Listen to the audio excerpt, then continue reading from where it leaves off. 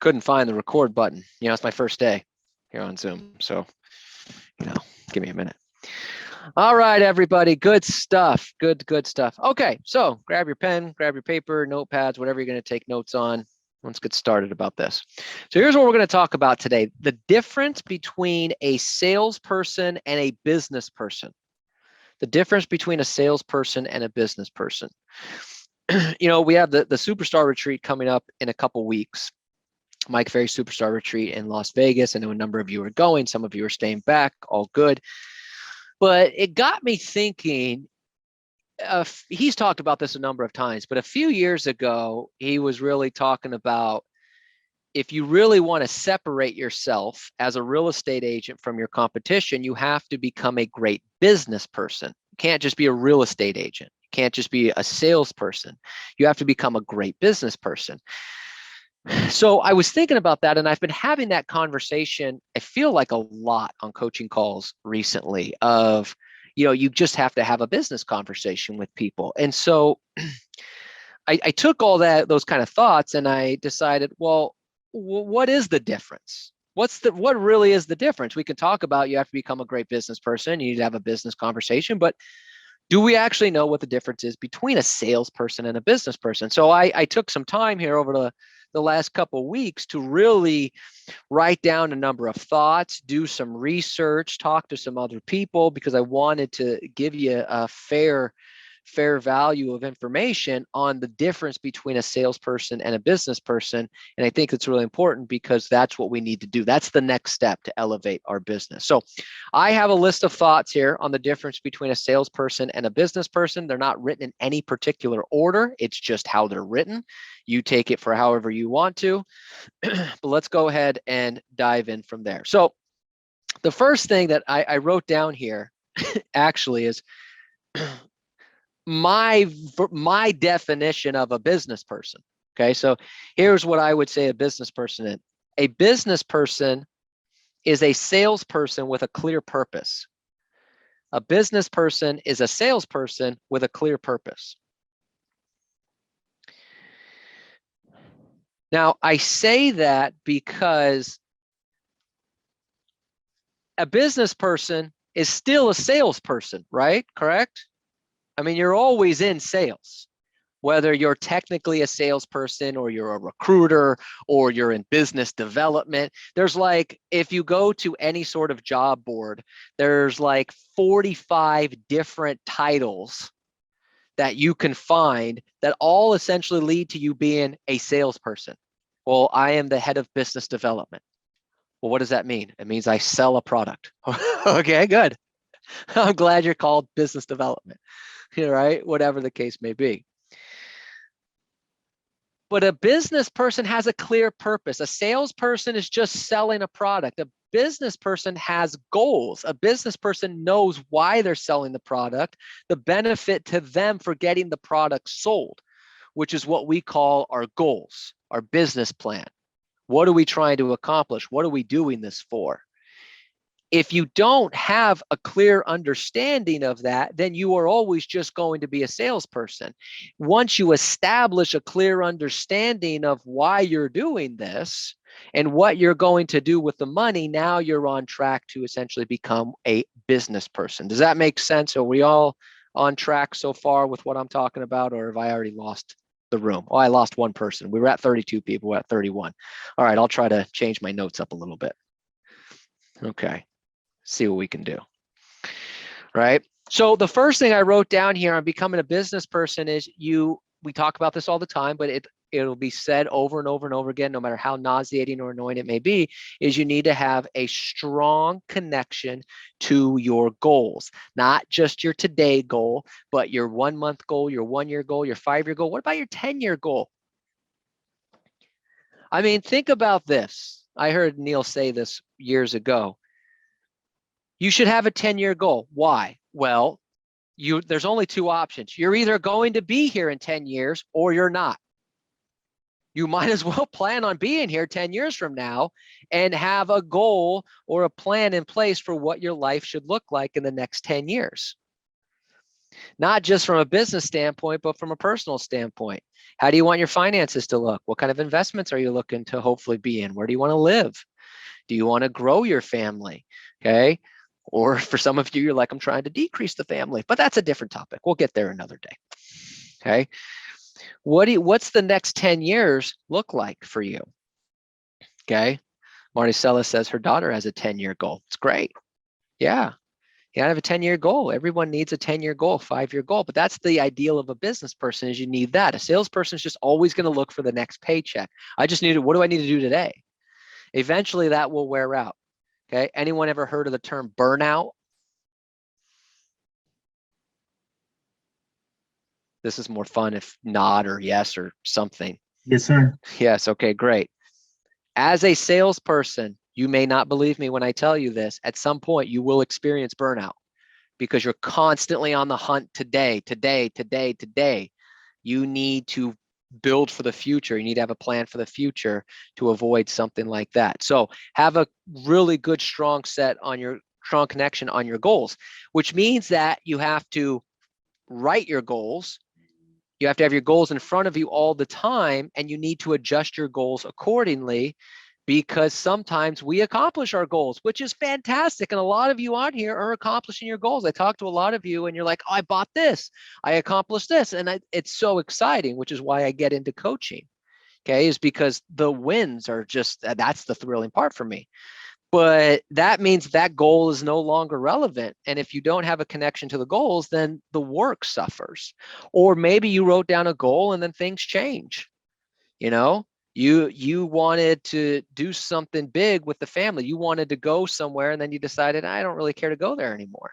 Okay, well, the goal changed. So you need to update them accordingly.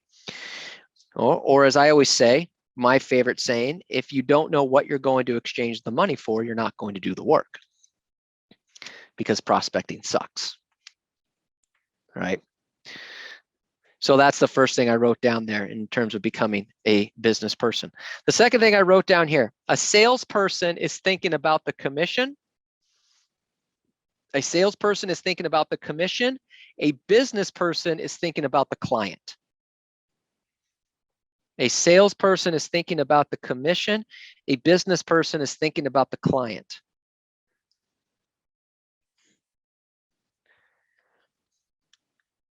So let me ask you this. If you're thinking about the client, could there be a possibility that their best interest is not to buy or sell right now? Is that a possibility? Agree 100%. Yeah. So that cost you what? A commission. It cost you a commission. It would cost you a commission. Now, some of you, and look, it's okay if this is where you're at, okay? We're all in growing periods, but some of you would go, Jesus Christ, Robert, there's no way I got to get that commission. I'm not gonna try to persuade them not to do something, not to buy or sell. I'm gonna keep pushing to buy or sell. That's a salesperson. A business person thinks about the client. So let me give you an example.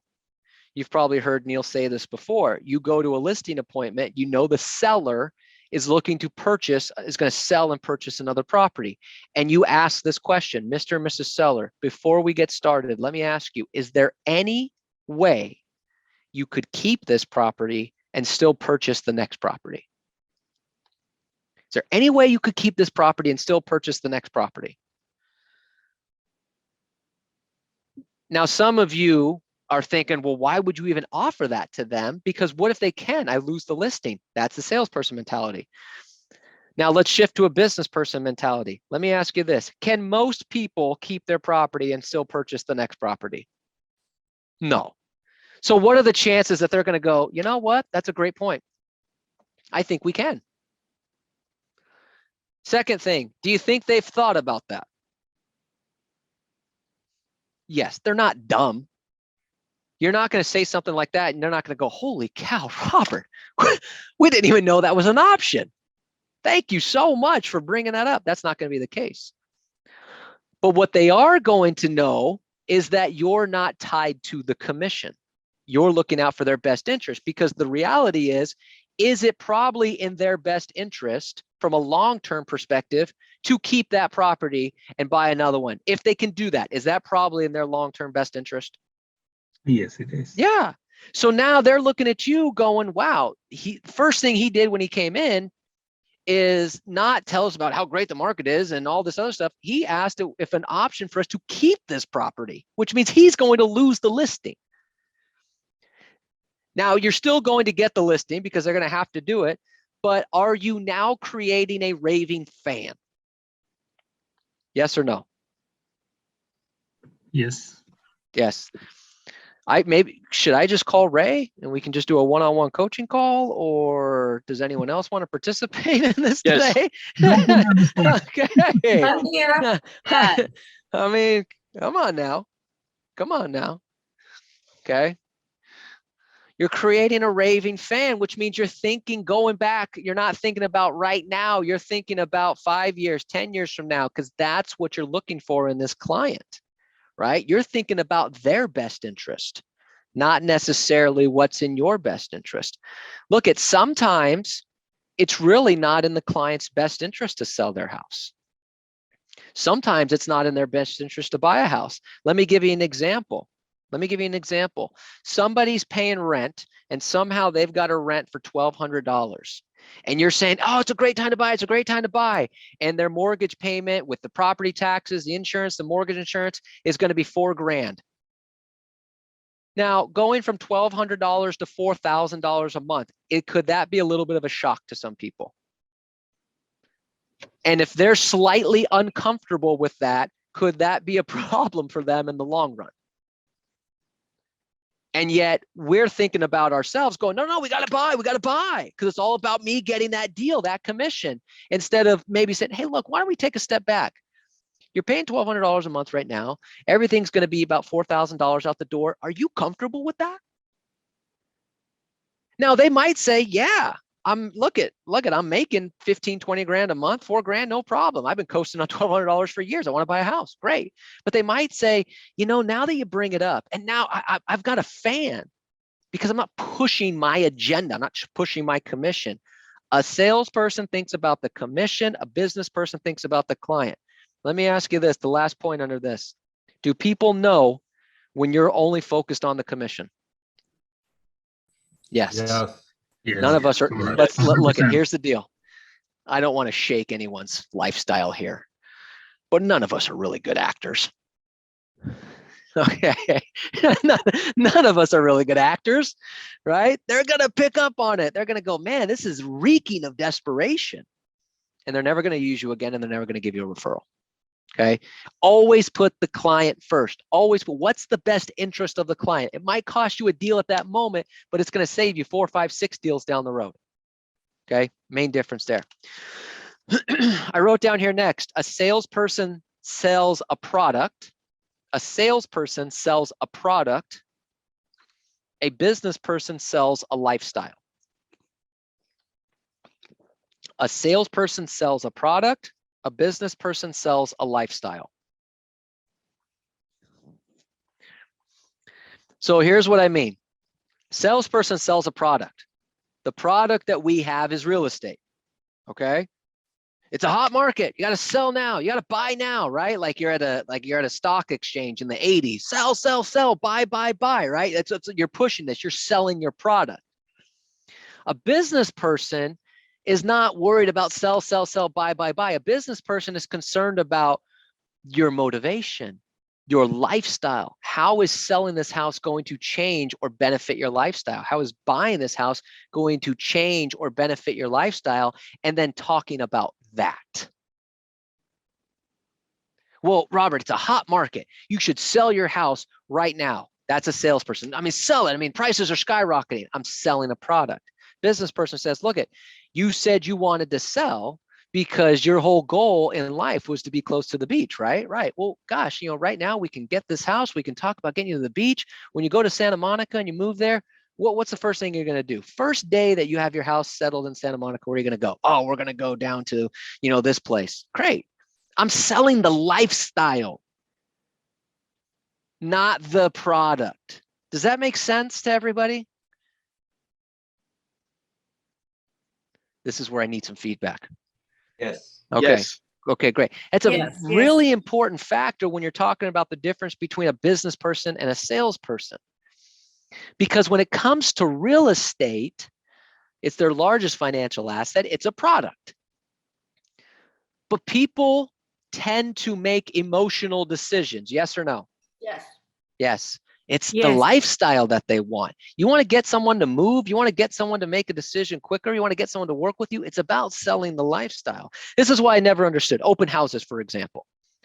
People do an open house, and I've seen this for years at open house. They do the flyer that they print is a printout of the MLS of the listing.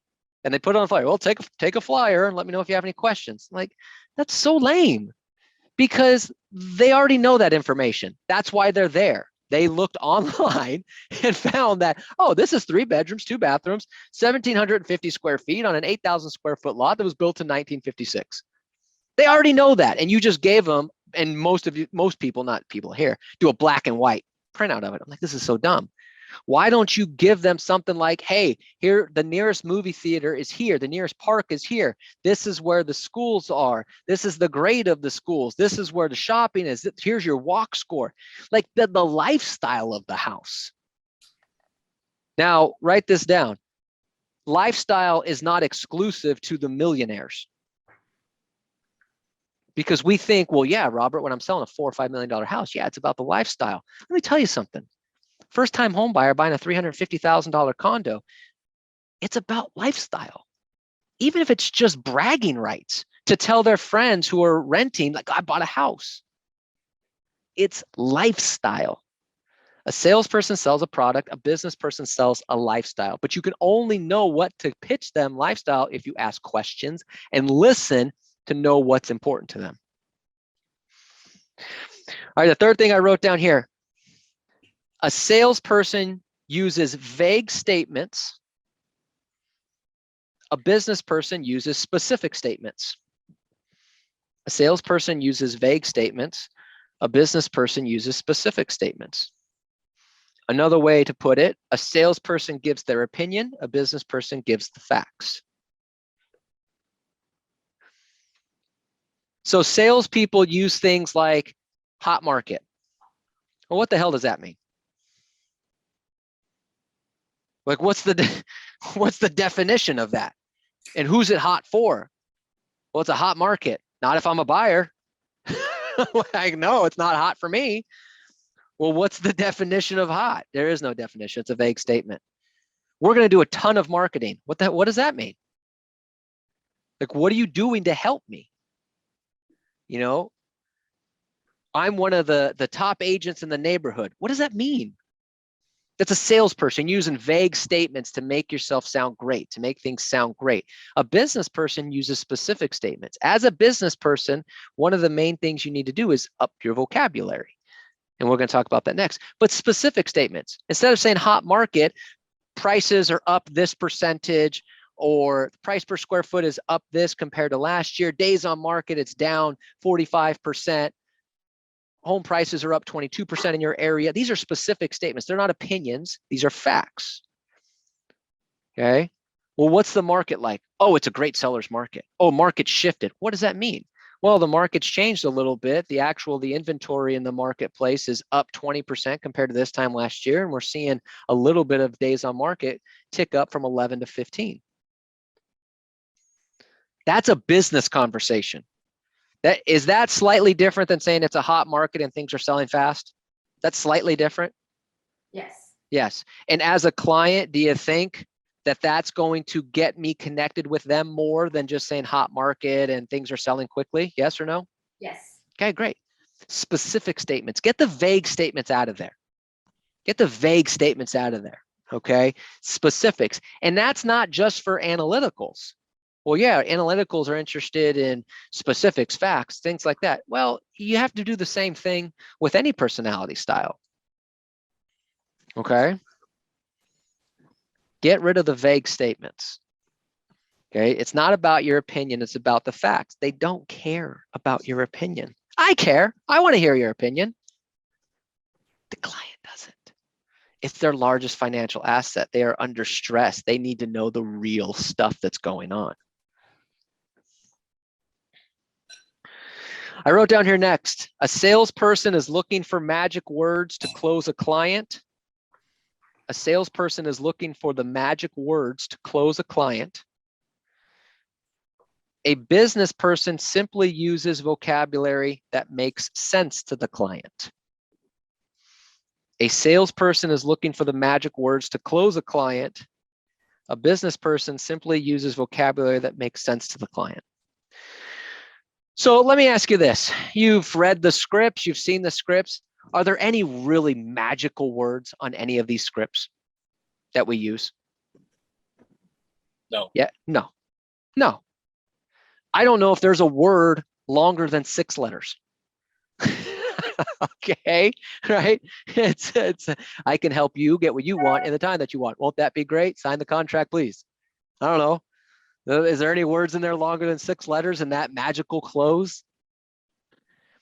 See, salespeople are looking for that I'm looking for that magical close, that power. What are the words that are just going to blow their minds, right? And go, oh my gosh, a salesperson's constantly looking for that. We get people that fight us on the scripts all the time because it's like they're looking for that magical way to pitch it, that magical way to close it. We hear it all the time. And really, this is something that I've said before, and I think is very, very important. You don't have to come up with magic words. You just need to make sense. That's it. That's the close. But a business person knows that. They're not worried about the magical words or anything like that. I got to make sense to the client, because if it makes sense, they will make a decision. Let me ask you a question. If you are confused, will you make a decision right there on the spot? No. Yeah. No. No. Now, if the outcome is clear to you and makes sense, will you make a decision? Yes. Yes. So you're spending all this time trying to come up with magic words, and then you might actually come up with a magic word. Oh, I read this word in the dictionary. And you're going to say it to a client, and the client's going to look at you and go, excuse me? What is that? And they're not going to know what it means. Or you're going to use real estate terminology, and they're not going to get it because they're not in real estate. Imagine if someone was trying to pitch you a product about aerospace engineering, and they were giving you terminology from aerospace engineering. Would you, for most of us, feel really confident in that conversation? Everybody, for most of you, you should say no. No. Okay. Nope. Some of you don't even know because you're like, I don't even know what the hell an aerospace engineer. Aerospace engineer, Robert, you lost me even at aerospace engineering. I don't even know what the vocabulary of aerospace engineering is because I don't know what that is. It's like astronaut. It's astronaut type stuff. Okay. Fun story. That's actually what I went to college for. College for was aerospace engineering. And then I was 18. I don't know. I just thought it was interesting. And then my counselor said, well, it takes about 6 years to get an aerospace engineer degree. And it's one of the hardest job markets right now. So I'm like, okay, so you're telling me I'm going to be in school for 6 years and probably not have a job when I get out? No, thank you. This was fun. I'll go to basket weaving. Thank you. Well, I can do there. Right? You just have to make sense. It's not about the magic words. It's just simply making sense.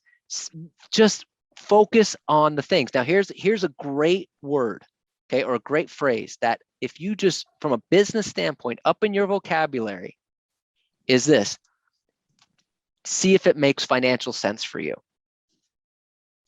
See, here's what we do as salespeople. We say, well, we'll show you the net sheet and show you what you're going to net at closing, and then we'll go from there. And it's like, okay, great. We're talking about net at closing, net sheets, things like that. I have to have a business conversation. A business conversation is simply this: we're going to run the numbers and let's see if it makes financial sense for you. And if it does, then we can move forward. That's a slight shift in the conversation from a real estate conversation of we're going to run a net sheet, as opposed to we're going to run the numbers and let's see if it makes financial sense for you. That's more of a business statement. So simply making little adjustments like that out of real estate terminology to financial or business statements makes a large difference in terms of a client, because that's what people understand. And from a standpoint of a consumer, everyone wants it to make financial sense, correct? Yes, Yes. So yes, if all I Correct. say is let's run the numbers to see if it makes financial sense, I've got everybody on my side. I've got everybody on my side. So don't look for the magic words. Just look for the things that make sense to the client. That's where you're going to get them to move forward. All right. Very good. Questions on anything we've gone over so far? No. All right. All right. Let's go. Let's keep going on. All right. The next point I wrote down here: a salesperson has a job, a business person runs a company. A salesperson has a job, a business person runs a company. This is more of a mindset. As a salesperson, I have a job. My job is to help people buy and sell real estate. That's my job, and I got to go do my job every single day. Okay. And I'm just trying to find people to buy and sell real estate, which is part of the gig.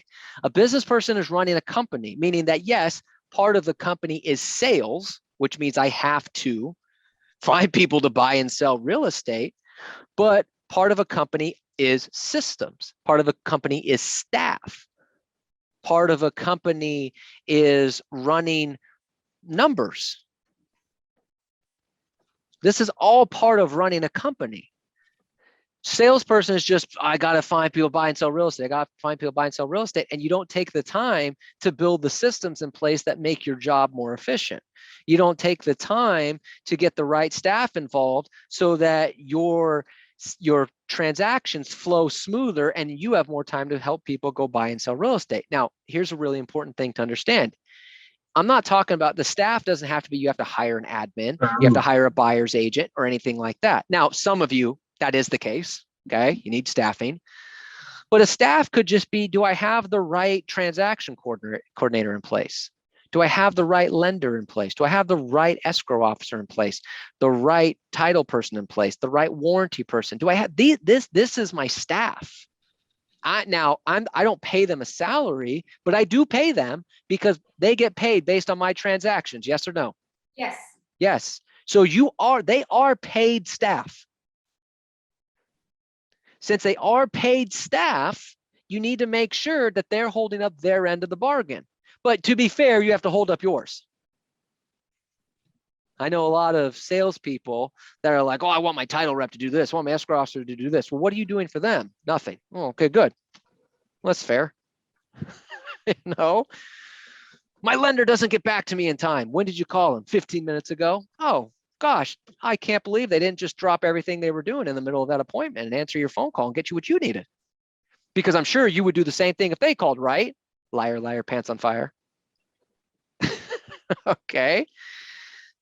But they're paid staff. So make sure you're getting from them what you need, which is simply, if I need something, can you get it for me? Can you help me close the deals?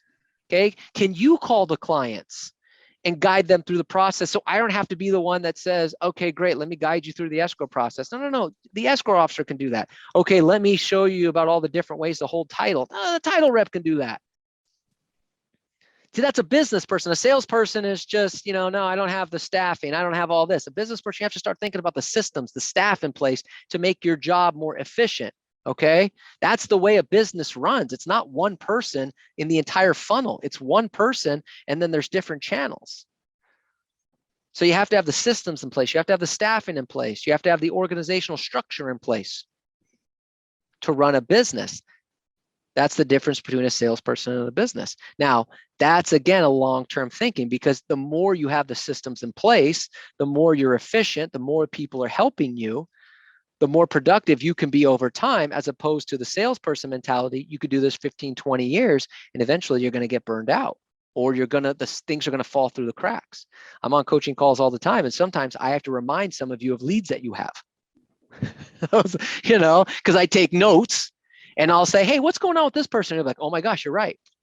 Like, the system's broken down. You're thinking like a salesperson, not a business person, because a business person would not let a lead just disappear. Different mentality. Okay. On that same note, I wrote down here, a salesperson doesn't run a profit and loss statement. A business person tracks everything. A salesperson doesn't run a profit and loss statement. A business person tracks everything. Part of being in business is knowing what makes a profit and what makes a loss. But you can only do that if you track things. Now, here's what's really important. Is time part of profit and loss? Is time spent on an activity part of your profit and loss statement? Yes or no? Yes. Yes. This is really, really important. Mm-hmm. This is really important for some of you to understand. Time is part of your time spent on an activity is part of your profit and loss statement. Here's what I mean. You have a lead that you follow up on constantly and they want to overprice it and you're trying to do all this work from it. Then you finally list it but it's way overpriced and you're going to let it sit there for months and months and then price reduction of 5,000, 10,000 and this goes on and on and on and I'm telling you going get out of this lead. No, Robert, it's going to close. And when it closes, and plus I only got 2% and I'm giving some money back, so I'm going to make $10,000 on this deal. So I'm going to make 10 grand on it. I'm not giving it away. And then 6-7 months later, you go, see, it closed. And I'm thinking, you're thinking like a salesperson. Because a business person goes, holy crap, it took me 6-7 months to close that transaction. I spent how many hours following up with them, showing them, talking about price reductions, doing open houses, prospecting for this deal for 6-7 months, and I only got 10 grand out of it. Realistically, I lost money on this deal. But a salesperson doesn't run a profit and loss statement. They just see, I made 10 grand. Doesn't matter how much time it took. Major error in the difference between a salesperson and a business person. You have to make business decisions, which means you have to run a profit and loss statement. You need to track everything. Some of your marketing is getting returns. Some of your marketing is not getting returns. Do you know which marketing is getting returns and which aren't? Are you still doing marketing that's not getting a return? I know people that have been sending postcards to a certain, geographic area for 10 years, So you're spending $12,000 a year for 10 years. You spend $120,000 in postcards and you've gotten 2 or 3 deals out of it. Okay, well, you're losing money on this transaction. Stop sending the postcards or send the postcards, but start doing more in that area. Okay. Door knock, call, do more stuff. Are you in networking groups that are not producing anything? You have to run a profit and loss statement. You need to know what's going on. What about your CRMs? Some of you are spending $500 or $600 a month on your CRM, which if you are, and we've probably had these conversations, I don't agree with that. I think it's nuts for you to spend $500 or $600 a month on a CRM. I think it's crazy. But some of you do it, and you're smart people, so you do what's best for you. But I think it's crazy to spend that much money on a CRM, right? You're spending a few $100s for somebody to manage your website. You're not selling e-commerce, so the website's probably not generating enough revenue to spend $400 or $500 a month on it. When there's other sources that don't cost you anything. So you need to run a profit and loss statement to figure out what's making you money and do more of that, what's not making you money and do less of that. Okay, same thing with the sources you're prospecting, the way you're prospecting, the neighborhood you're prospecting, things along those lines. You have to make business decisions. I also wrote this down here. From a business perspective, you have to get rid of percentages and make business money decisions. Let me give you an example. Okay. Seller comes to you, it's a $2 million listing, and it's probably 2.1, it's worth 2.1, but they're saying, I'll sell it for 2 million. So it's priced really, really well. They need to get out of here. They're moving out of state. They're going with family. So you have a motivated seller priced incredibly well. And they say, but here's the deal. I'm going to be honest with you. If you sign this deal for 1%, I'll give it to you. Now, let me ask you a question. $2 million listing, and it's worth 2.1, so it's priced really, really well. They're super motivated. 1% commission. Would you take the listing or would you walk away? I take. Anybody disagree? I take. Yeah, you take it. Yes. You take it 100%. But a salesperson gets tied up in percentages. Well, no. I get 6% on all my deals. Okay, great. You just lost 20 grand. Good for you. on a deal that was well priced and super motivated, that's probably going to sell in 7 to 10 days. Because even if the market shifts, if it's that well priced, it's going to sell. See, that's a business decision. Salesperson goes, no, I'm going to fight for 2.5%. Great, and you lost 20 grand.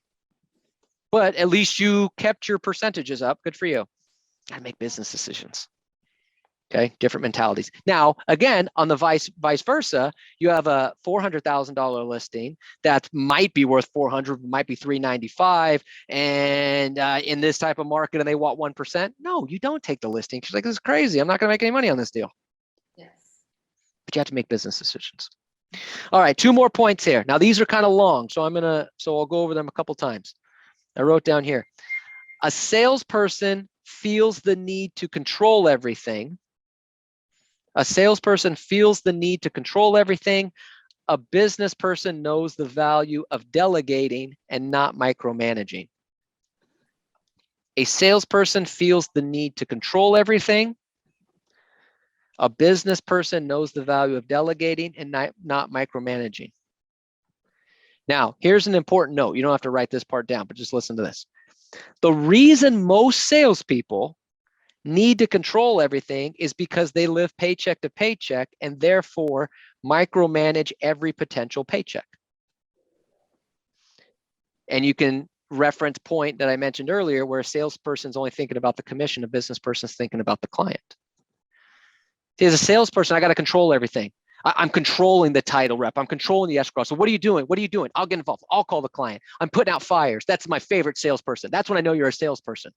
Well, Robert, I can't do a coaching call. I'm putting out a fire. Like, salesperson, need to control everything, need to be involved instead of just letting the lender do their job, the title rep do their job, the escrow officer do their job, and you just follow up. I'm putting out fires. Give me a break. All right. I'm not trying to be mean. I'm just trying to be realistic with you. You got to get out of the controlling everything. You have to learn to delegate, let other people do their job, but let them do their job. But this is all part of what I mentioned earlier, running systems and having the right staffing in order. If you don't have the right staff in order, then you have to micromanage because you're constantly following up with the title rep. I haven't heard from them in 2 or 3 days. I don't know where my escrow officer is. I don't know where my TC is. Okay. But you need to hire the right people and then delegate and let them do their job so you can go do your job, which is go get more business to pay them because that's how they make money. The salesperson, I got to micromanage everything. It's crazy. Don't do that. You have to learn the value of delegation and not micromanaging. Now, for some of you, that's really hard, but you have to do it. But Robert, I really need this paycheck. Well, even if you really need this paycheck, number one, is hounding everybody involved going to get your deal closed faster? Yes or no? Yes. Yes. Hounding them? If I tell the lender, I need this now. Title rep, I need this now. Escrow, I need this now. I need this now. Are they No. going to go, oh my gosh, Robert, you're right. Let me drop everything. Are they going to do that? No. No. No. So one, hounding everybody is not going to get your deal done faster. And number two, hounding everybody means you're not prospecting for business, which means you're not getting any replacement business either. So even when this deal does close, you've got nothing left. Makes no sense. But a salesperson, that's what they do. I'm going to hound everybody. I need this. I need that. I need. Stop. Stop. All right. Delegate and learn not to micromanage. Let people do their job. All right. The last point I wrote down is this one. This is, again, it's a longer one, so I'll go through it a couple times. A salesperson pretends they know everything and is more concerned about the perception of being right. A salesperson pretends they know everything and is more concerned about the perception of being right and therefore gives an answer to every question. A salesperson pretends they know everything and is more concerned about the perception of being right and therefore gives an answer to everything. A business person knows they don't know everything and is more concerned about the reality of being right A business person knows they don't know everything and is more concerned about the reality of being right, and therefore is comfortable telling a client they will find out the answer and get back to them. I'm going to read that all again because it's a long one. A salesperson pretends they know everything and is more concerned about the perception of being right, and therefore gives an answer to every question. A business person knows they don't know everything and is more concerned about the reality of being right, and therefore is comfortable telling a client they will find out the answer and get back to them. So let me explain. Do you know every single answer to every single question about the real estate market that somebody could ask you? Yes or no? No. No. No, hell no. There's no way. Now, you know the basics, you know the scripts, you know the objection handlers, you know some of the stuff, but you don't know everything. A salesperson, well, I got to make sure that they feel that I know everything. And so I have to give the perception that I know everything. So I'm just going to come up with an answer. And it's usually, again, a vague statement, which we talked about earlier. Mhm. A business person, and here's the thing. Can you tell when somebody doesn't know the answer? Totally. Yes. Let me give Yes. you a hint. They talk a lot. Well, you know, what's the market like in this area for the homes that are 2 million and above? Oh, well, 2 million and above. I mean, you know, it's very similar probably to the ones that are 800,000. I mean, the days on market might be a little bit longer, but you know, I mean, I guess when you're talking about 2 million, I mean, you know, you're like, dude, you do not know the answer, but you're giving I have to give the perception of being right.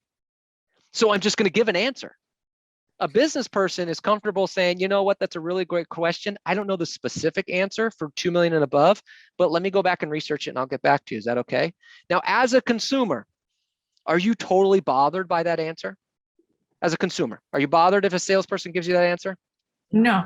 Hell no. You would more appreciate it and go, cool, find out, get back to me. Yes. Do you see the difference between those two situations? Yes. Very, very important. A salesperson I have the perception of being right. So I have to just say something. The business person's like, no, I need the reality of being right. And that may mean that I have to say, you know what, I don't know, but I will research it and I will get back to you. Can I get back to you later today? Let me go back to my office. Let me do some research. I'll get back to you later today. Does that work? Oh, it works fine.